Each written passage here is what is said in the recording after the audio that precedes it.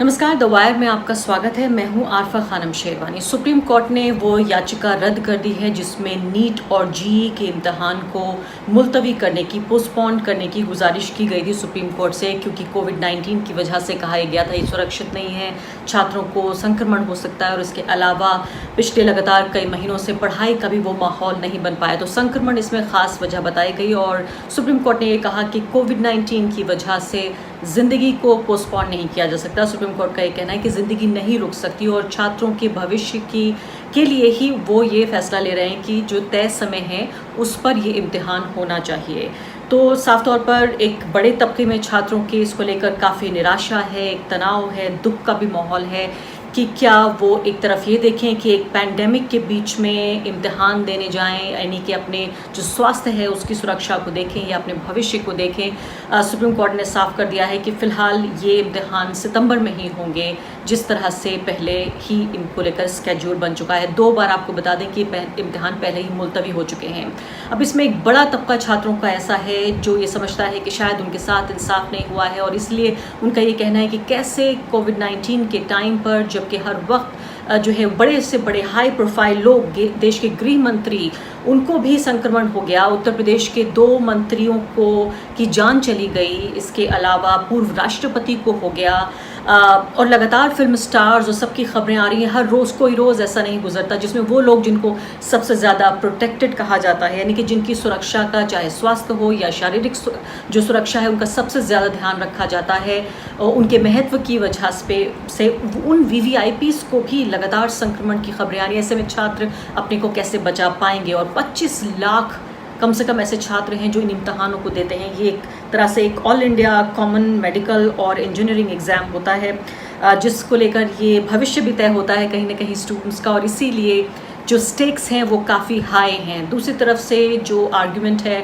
वो आर्ग्यूमेंट ये आ रहा है कि आखिर कोरोना वायरस की वजह से कब तक ज़िंदगी मुलतवी की जा सकती है, क्योंकि हमें ये नहीं मालूम कि अभी 2 महीने, 6 महीने, साल भर, या ये भी हो सकता है कि 2 साल तक भी हालात अपनी जगह पर वापस ना आएँ। तो क्या जो भविष्य है छात्रों का उसको लगातार पोस्टपोन किया जा सकता है? हम जानते हैं कि सोशल मीडिया पे भी एक बड़ा कैंपेन चलाया स्टूडेंट्स ने, खासकर जो चाहते थे कि इसे मुलतवी कर दिया जाए। कई लोगों ने ये भी कहा कि क्या वो इम्तिहान के लिए और ज़्यादा समय की मांग कर रहे हैं इसलिए कर रहे हैं, क्या वो बहाना बना रहे हैं इसलिए कर रहे हैं। लेकिन एक तरह से बेहद इमोशनल ये बहुत ही सेंटिमेंटल इशू है छात्रों के लिए कि इतना बड़ा इम्तिहान जो उनकी ज़िंदगी का एक तरह से कोर्स, एक उनका भविष्य तय करेगा। और आप जानते हैं कि आपके मुद्दे, जो आपके आम मुद्दे हैं, वो टीवी चैनल्स पर कभी नज़र नहीं आएंगे और इसलिए आपको अब भी नज़र नहीं आएंगे। उस हिसाब से बिल्कुल ये मुद्दा नहीं उठ पाया जिस तरह से इस मुद्दे को उठना चाहिए था। वही हिंदू मुस्लिम बातें, वही विभाजनकारी राजनीति की बातें, क्योंकि इस पूरे मुद्दे के इर्द गिर्द राजनीति से इनकार नहीं किया जा सकता। कई स्टेट्स ऐसे हैं जिन्होंने इंटरनल जो उनके स्टेट्स में एग्ज़ाम्स होने हैं वो नहीं कराने के लिए, उससे कराने से इनकार कर दिया है, लेकिन उसके बावजूद भी ये जो इम्तहान है नीट और जेईई का, सुप्रीम कोर्ट के मुताबिक उनको कराना होगा। तो किस तरह से इस पूरे मुद्दे को देखा जाए? जस्टिस अरुण मिश्रा की बेंच ने इस पूरे मामले को सुना और इस पर यह फैसला दिया। सरकार से भी इस बारे में बात की गई। सरकार ने जाहिर है इस पर यह पक्ष लिया होगा कि वो ये इम्तिहान कराना चाहते हैं। सुप्रीम कोर्ट ने कहा है कि तमाम तरह की सावधानियां बरती जाएंगी, लेकिन किस तरह से जो एक पूरा एकेडमिक ईयर है, ये पूरा जो एक शिक्षा का साल है, कैसे उसको पूरे सत्र को जो है कैसे ख़त्म कर दिया जाए, ये बात सामने आ रही है। लेकिन क्या इस वजह से वो छात्र खासकर जिनके पास उतने रिसोर्सेज नहीं हैं, जो गरीब लोगों के बच्चे हैं या दूर दराज के इलाकों में रहते हैं या उन राज्यों से आ रहे हैं खासकर जो बाढ़ प्रभावित इलाके हैं या वहाँ पर जहाँ इतने रिसोर्सेज नहीं, जैसे मैंने कहा कि दिल्ली में रहने वाली एक लड़की, साउथ दिल्ली में पढ़ने वाली, और एक आदिवासी, छत्तीसगढ़ के आदिवासी इलाके की लड़की, कैसे हम मुकाबला कर सकते हैं कि दोनों लोगों के पास बराबर के रिसोर्सेज होंगे? और जो बड़ी डिजिटल डिवाइड है उसको भी नज़रअंदाज नहीं करना चाहिए कि कितने लोगों के पास इंटरनेट का कनेक्शन है, कितने लोगों के पास वो रिसोर्सेज हैं, उसके बावजूद कंपटीशन जो है वो तो जाहिर है बराबर का होगा। तो हम आपकी बातचीत कराएंगे, मुलाकात कराएंगे इस पूरे सब्जेक्ट के एक्सपर्ट प्रोफेसर ई हसनैन से, जो कि माइक्रोबायोलॉजी के प्रोफेसर भी हैं और इसके अलावा आईआईटी में प्रोफेसर रह चुके हैं। इस वक्त जामिया हमदर्द के वाइस चांसलर हैं वो, उनसे हम बातचीत करेंगे, जानने की कोशिश करेंगे कि ऐसा व्यक्ति जिसने एकेडमिक और एडमिनिस्ट्रेटिव दोनों पक्ष देखे हैं इस मुद्दे के, वो इसे किस तरह से देखते हैं। लेकिन उससे पहले छात्रों का पक्ष सुन लेते हैं।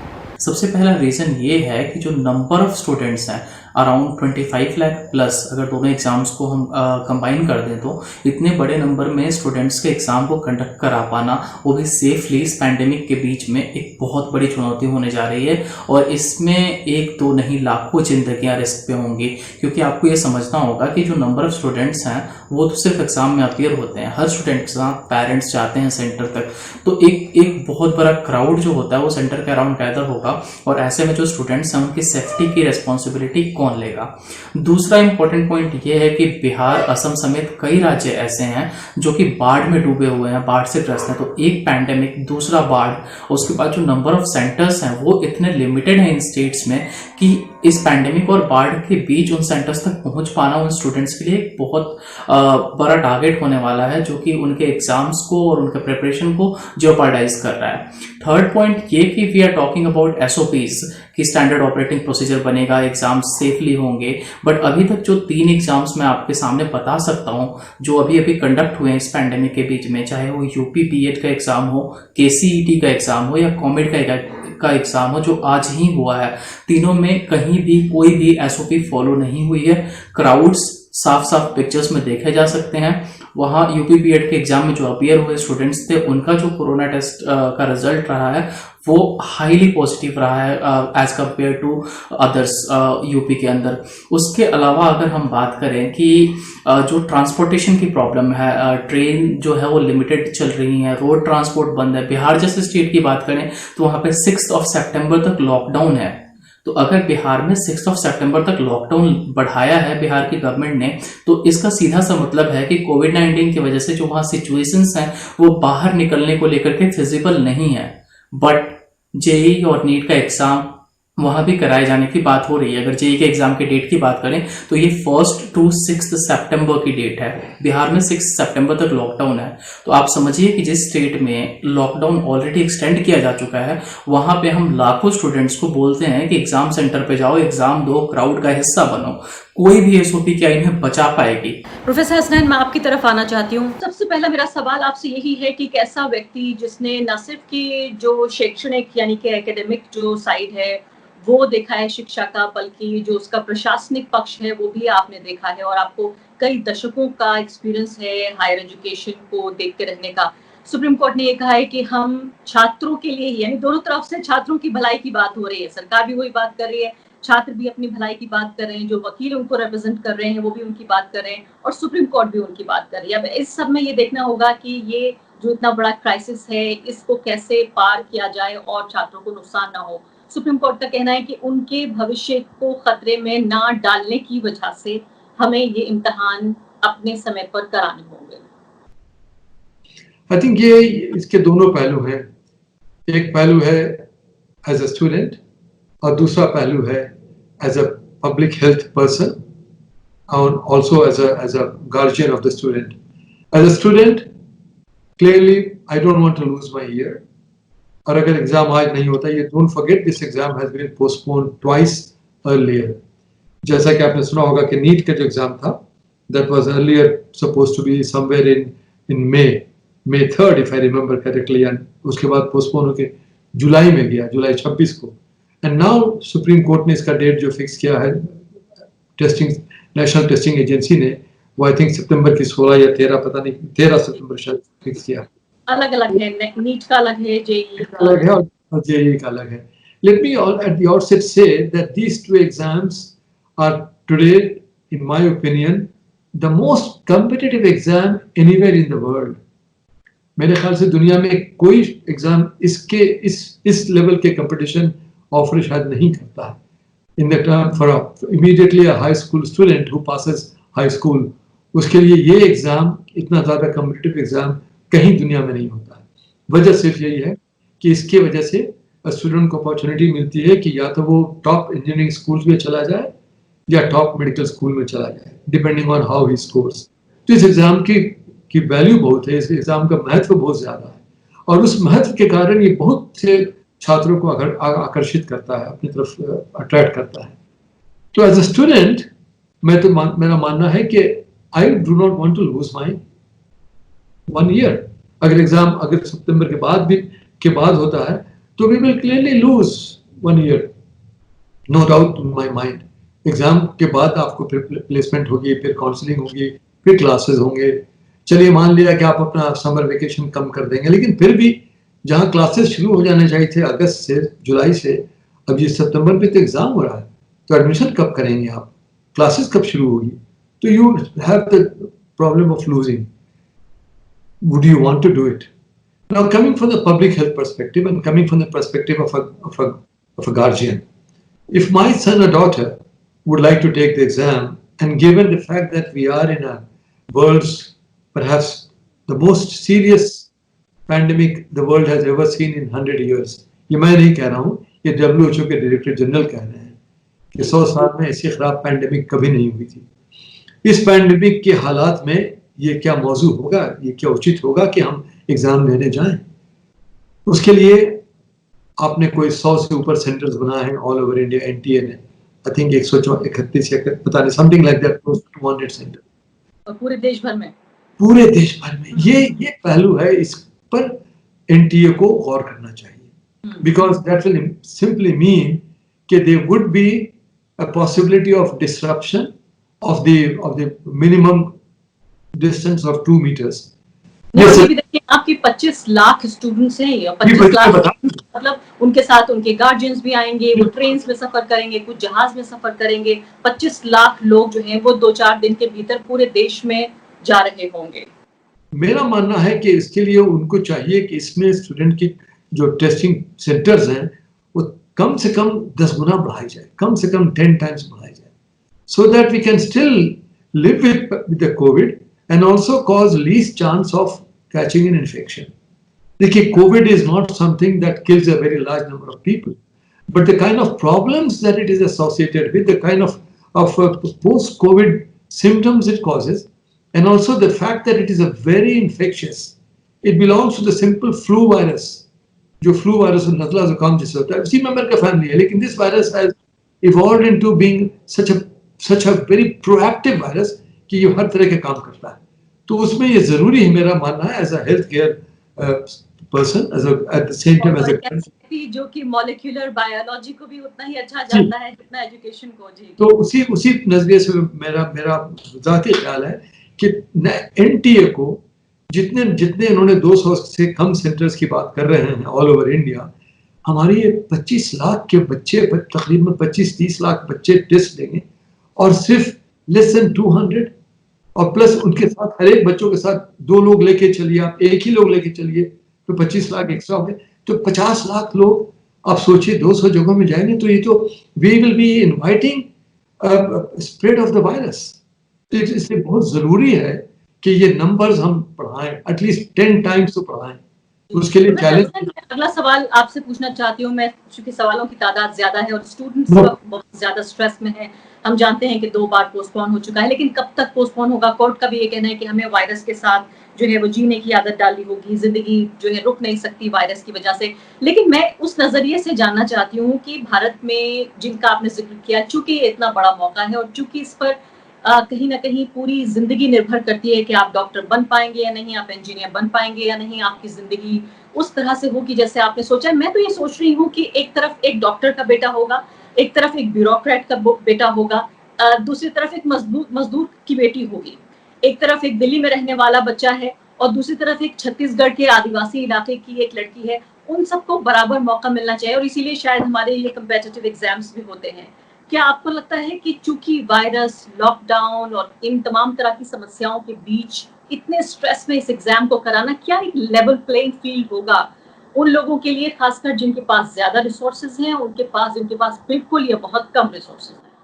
देखिए, किसी और चैनल पर मैंने ये तस्करा किया था कि कोविड मुख्तलिफ तरह के चैलेंजेस प्रेजेंट कर रहा है, नॉट ओनली हेल्थ चैलेंजेस.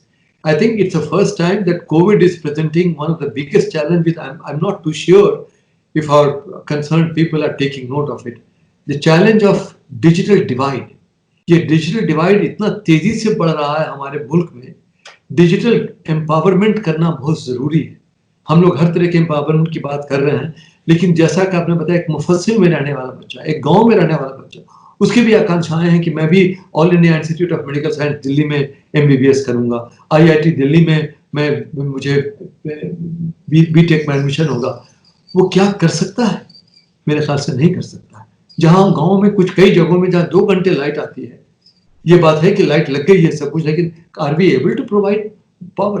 तो ये we have to strike a balance. तो मेरा मानना है कि I think if you look at it, the balanced view in my opinion would be have the exam, let there be also a possibility that we allow another exam after some time to take care of people who were otherwise digitally disempowered. उनके लिए हम क्या सहूलियत पैदा कर सकते हैं? Don't forget that we have not only people living in Delhi and the metropolitan cities and tier 2, tier 3 cities. India lives in the villages. तो विलेज वाले बच्चों के लिए क्या हम उनके साथ ये न्याय कर रहे हैं? ये एक अच्छा सुझाव है, लेकिन इसके लिए भी बहुत मुश्किल होगी। और खासकर प्रोफेसर हसनैन, मैं ये भी याद दिलाना चाहती हूँ दर्शकों को भी और आपको भी कि जो गवर्नमेंट एम्प्लॉइज हैं वो भी फुल कैपेसिटी में काम नहीं कर रहे हैं, ट्रांसपोर्ट फुल कैपेसिटी में नहीं है, हर चीज जो है वो 30% 50% पे काम कर रही है। मैं खुद पिछले कई महीनों से घर से काम कर रही हूँ, वर्क फ्रॉम होम कर रही हूँ। शायद मुझे लग्जरी है कि मैं कर सकती हूँ, लेकिन बहुत सारे लोगों को नहीं है। तो ऐसे में जो जिन सेंटर्स को बढ़ाने की आप बात कर रहे हैं वो भी शायद पता नहीं कितना संभव हो पाएगा। एक नजरिया ये भी है देखने का कि जो छात्र एग्जाम दे रहा है वो वहां तक पहुंच भी गया, सोशल डिस्टेंसिंग के नॉर्म्स भी फॉलो कर लिए गए कि उनको दूर दूर बैठा दिया गया, वो भी पता नहीं कितना संभव होगा, वो भी हम नहीं जानते। लेकिन मास्क पहनकर, उसके बाद शील्ड पहनकर, एयर कंडीशनिंग नहीं चलेगी, गर्मी का और ह्यूमिडिटी का इतना मौसम, ऐसे में और खासकर पिछले कई महीनों से उसकी पढ़ाई लिखाई ठीक से नहीं हो पाई है। कई राज्य ऐसे हैं हमारे देश में जहां बाढ़ आई हुई है, कई राज्य ऐसे हैं जहां पर, खासकर महाराष्ट्र का मैं जिक्र करना चाहती हूँ, जहां इतना ज्यादा गंभीर कोरोना वायरस का कहर हुआ है। तो ऐसे में क्या उतने स्ट्रेस में क्या वो अपनी फुल पोटेंशियल उसका रियलाइज करा पाएंगे या सिर्फ ये रस्म अदायगी के तौर पर इम्तिहान होगा? इसका विकल्प क्या है हमारे पास? What is the option? The option is we postpone the exam. If you postpone the exam, let's look at it. What can possibly go worst? You will lose it. But then, आपको याद होगा 1975 में जो emergency के बाद 77 में जो आंदोलन हुआ था, या 75 के पहले, तो उसमें एक साल तकरीबन सभी लोगों का बर्बाद हो गया। तो बर्बाद होने से I was one of the person who lost 1 year because of the whatever agitation that went on. But I don't think eventually I suffered. लेकिन ये सुप्रीम कोर्ट का मानना बहुत सही है कि life has to go on, COVID और no COVID, ये सच्ची बात, ये भी सच्चाई है। लेकिन ये जो अपने समस्याएं हैं बच्चों के साथ, इसका भी कुछ समाधान निकालना होगा ना। तो उसका विकल्प क्या है? विकल्प यही है कि इसको पोस्टपोन कर दें। पोस्टपोन कब तक करते हैं, ये सवाल है। तो can we have something, will say we will perhaps have declare this as a 0 semester and conduct one more exam later on, give others an opportunity and then make a combined list. जो top scorer हैं उनको ले लें, उसके बाद के जो scorer हैं उनकी सीट हम फिल अप ना करें।